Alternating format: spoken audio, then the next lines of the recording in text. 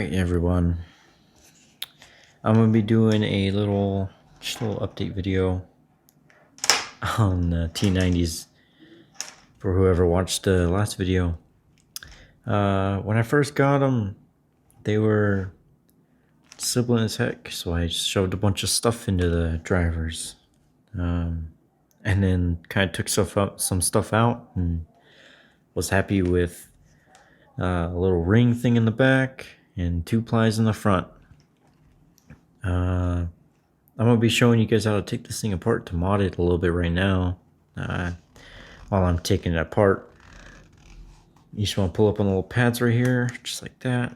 You're going to use a little tool like this, just a little flathead bit, or you can use a little flathead screwdriver, but you just might basically want to, here, I'll put it back down. Basically, you just want to pry it up until it clicks, and you want to be really careful that you don't puncture the driver housing.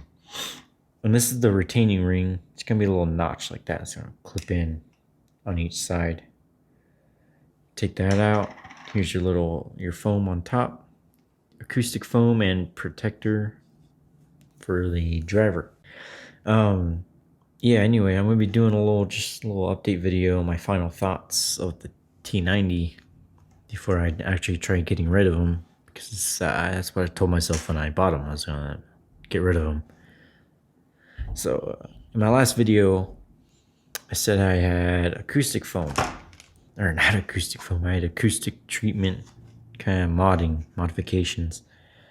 And what I had in there, this looks kind of messy right now, but what I had in there in my last video, what I concluded with after putting a bunch of stuff in and taking stuff out one by one, is that I had 2 plies of toilet paper in front. As you can see right here, 2 plies. These are just, you pull out the square, you cut them out, and then you split the plies, or you split the square into plies, singular plies. What I had in the previous video was something like this, little donut in the back, open little hole. Now they say that these are open back, but really they're the exact same as the 880s, which I'll open up in a couple seconds. But that's what I was talking about with the donut in the back. It's just something with the cutout in the middle, but I ended up just taking all of that out. See, I had 2 of them back there, but no. Just using the toilet paper for acoustic treatment over the driver. Just like that. Just like the 880s, if you know anything about the modding community and what they've done in Zeos's videos and stuff like that. Anyway, so that's the Tesla driver. I'll give you a little tour real quick. See a bunch of wires right there. I'll zoom it in real quick. Bunch of wires right there, giant magnetic structure, way bigger than the DT series. Like I said, I'll show you in a minute, or a couple seconds. Seconds have passed. Inside the hole, you have the diaphragm. That's basically what goes up and down to make the sound go to your ear. Moves air. Not going to be talking about the science of how a speaker works, but know that that's how it is. And the 880s back here, I already have them taken apart. You have your pads. The pads are a little bit different. This is like a fleece type of velour. You see, like a cheaper version of the 990V pads by Beyerdynamic. These are velour, like the Sennheiser pads.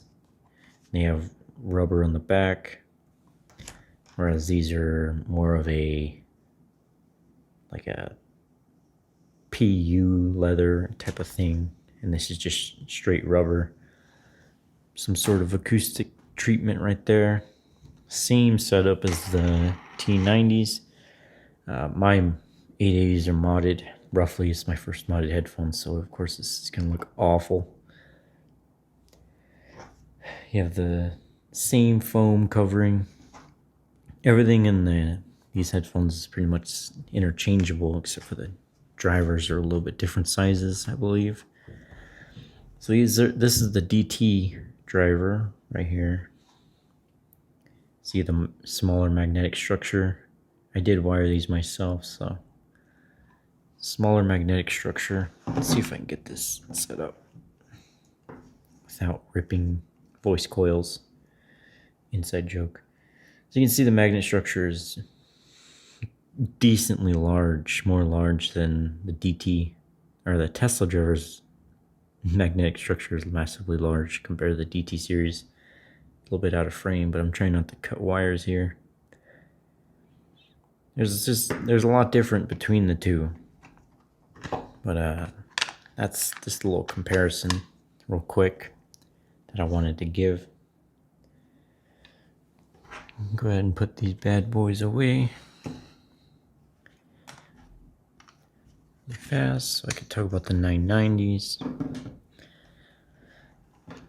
So tuning, I just put the toilet paper on the front to tune or to reduce those murdering highs, because even on the 880s they're a little too peaky, and the 990s are like step above that. But you just, if you get these things, you just try your best to make it somewhat comfortable.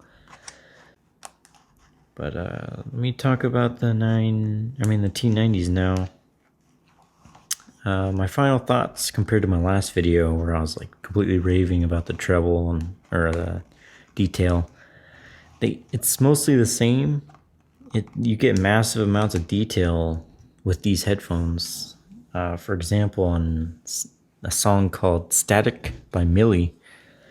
I don't know if you guys watch Chocolat, but he listens to similar music. He's mentioned Millie before and Ghost.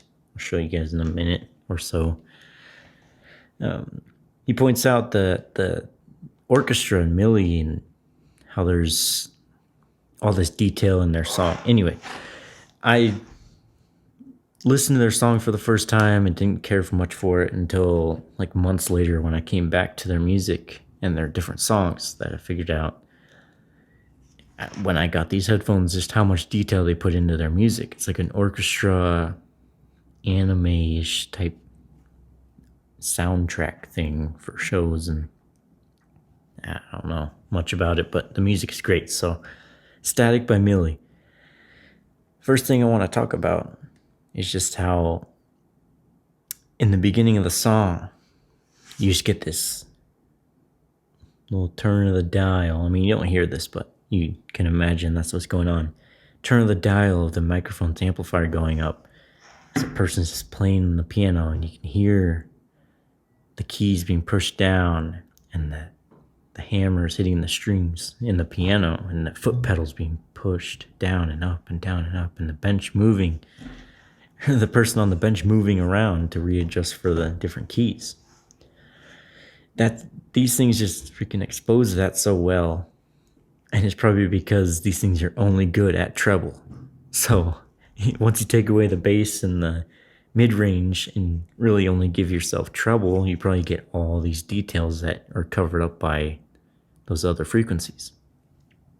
So these things, despite them not really sounding great, to me personally, just the amount of detail you get from these headphones, which is a little bit more than the Focal Elexes, I'd like to say. Just because the Elexes, they do everything else as well. Like you have three parts of your frequency response. You have the bass, mid-bass, mids, treble. I mean, that's three, right? Yeah, totally. But these just give you all that detail. It's like you can just hear all the little faint little tick, tick, tick, tick, tick, tick, tick moving around, and the sound stage is as good as the 880s. Things are just, they're moving up and down faintly, which is amazing for a dynamic driver, in my opinion, to even give the impression of moving the sound up and down in your ears. And plenty of stuff going behind you, in front of you. Actually, I take that back. It's more of like a 180 view.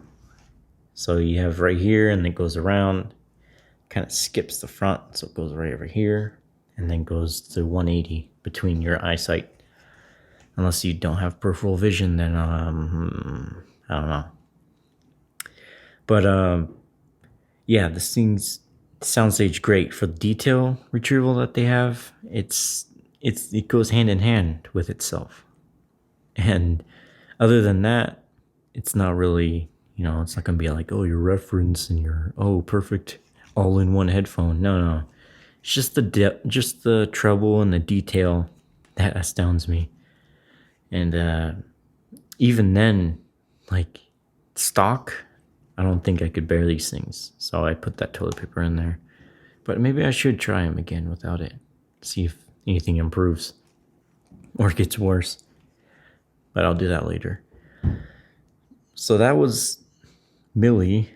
And now I want to talk about like the Glitch Mob, this album I have right back here. They have their album called Sea Without Light, which is what I like to think as a more refined version of the Drink the Sea album right here, which is super ambient and so much detail is put into that song. When you're listening to it with this, I mean, when you're listening to the Glitch Mob, you expect some hard bass and you just want to vibe to some music. It's the Glitch Mob, it's electronic music, but when it comes to their more ambient songs, even their newest album where it's Drink the Sea ambient version, that's when these things really come into play. Is when you have stuff panning around you and little ticks and all these little things happening around you, these things just perform so well when it comes to music like that. Sea Without Light, Take Me With You, it's just little tiny things happening up and down, left to right, middle and round, and things are going a little bit behind you. It might be in that 180 though, but it's still close enough to give you that impression of moving all the way around you. And that's crazy to me. That's what I really enjoy, is how distracting music can be when there's just that much detail and the sound stages around you moving like that. That's enough of the ambient music. Now I want to talk about something really quick. Ghost, Meliora. He is right here in this song. He is... There's a guitar playing. That's gonna fall. There's a guitar playing in the beginning, and you can just hear the pick being plucked at the strings of the guitar. It's just crazy. The rest of the song, I mean, it's just, he's quite sibilant in the song. He has a lot of S's, and it's just not the thing you want to listen to with this. But when it comes to wanting details like that, these things are nuts. These things are off the charts when it comes to explicitly details and soundstage and imaging. That's why I love these things. And the housing is very nice, very pretty. But that pretty much concludes my little update thing I have for the T90s. Real quick, people have had problems about the buckles up here.